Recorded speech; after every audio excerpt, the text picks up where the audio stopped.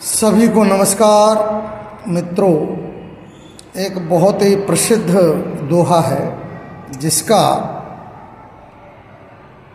मर्म इस प्रकार है कि जिसकी जिम्मेदारी अगर किसी को दी जाती है, अगर वही उस जिम्मेदारी का पालन न करे तो हम आखिर किसके पास जाएंगे।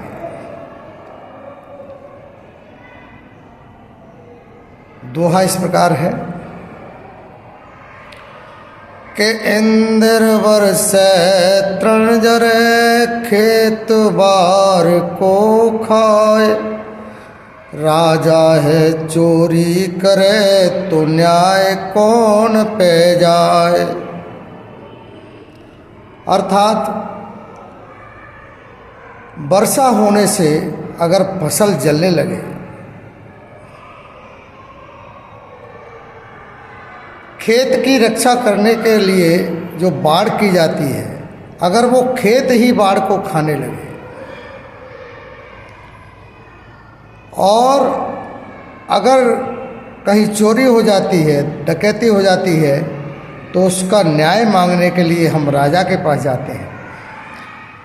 लेकिन जिस राजा का काम न्याय देना है, अगर वही चोरी करने लगे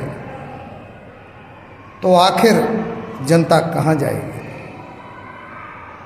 फिर न्याय किसके पास मांगने जाएंगे।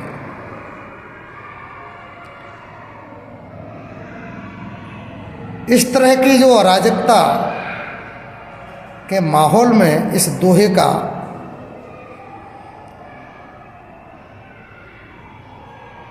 जो मर्म है वो समझ में आता है। इस दोहे की प्रासंगिकता समझ में आती है। राजतंत्र में जब राजा के पास सारे अधिकार थे, विधायिका, कार्यपालिका और न्यायपालिका, ये तीनों ही अधिकार राजा के पास हुआ करते थे। उस समय राजा अगर अन्याय करता था तो प्रजा उसको मजबूरन सहन करती रहती थी। लेकिन मित्रों, जब से लोकतंत्र आया है और राजा अब प्रजा के द्वारा चुना जाने लगा है, या यूँ कहें कि जो निर्वाचित प्रतिनिधि हैं वो सत्ता में बैठते हैं। यहाँ पर शक्तियों का विभाजन कर दिया गया है। विधायिका, कार्यपालिका और न्यायपालिका का विधिवत संविधान द्वारा अलग अलग कार्यक्षेत्र निर्धारित कर दिया है।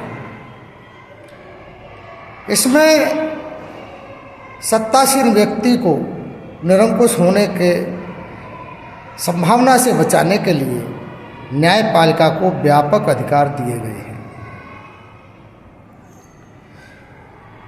अगर विधायिका कोई कानून संविधान के मुताबिक नहीं बनाती है तो न्यायपालिका को उसकी समीक्षा का अधिकार दिया गया है, उसको रद्द कर सकती है।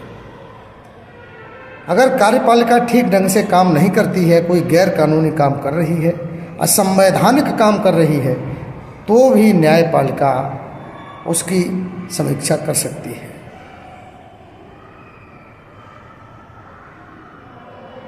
ये व्यापक अधिकार न्यायपालिका को है।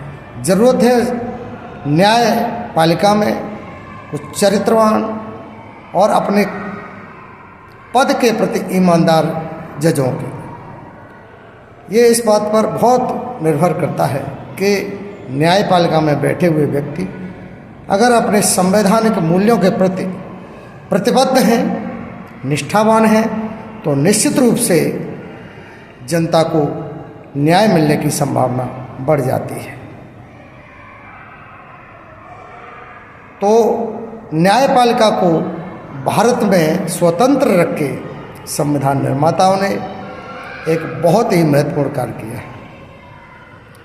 भारत जैसे विविधतापूर्ण देश में विभिन्न वर्गों, जहाँ पर विभिन्न वर्गों के लोग रहते हैं, ऐसे में एक वर्ग के द्वारा सत्तासीन होने पर दूसरे वर्ग के प्रति द्वेषपूर्ण तरीके से कार्य करने की संभावना को देखते हुए न्यायपालिका को स्वतंत्र रखना आवश्यक था।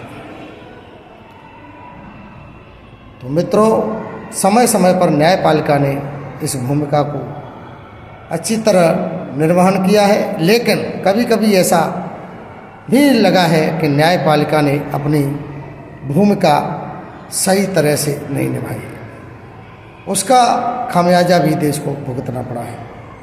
लेकिन हम उम्मीद करते हैं कि हमारी सरकार के जो 3 अंग हैं, विधायिका, कार्यपालिका, न्यायपालिका, वो ठीक ढंग से और जैसा संविधान ने उनको जिम्मेदारी सौंपी है उसी के अनुसार संवैधानिक मूल्यों की रक्षा के लिए ये तीनों अंग अपना अपना काम करेंगे।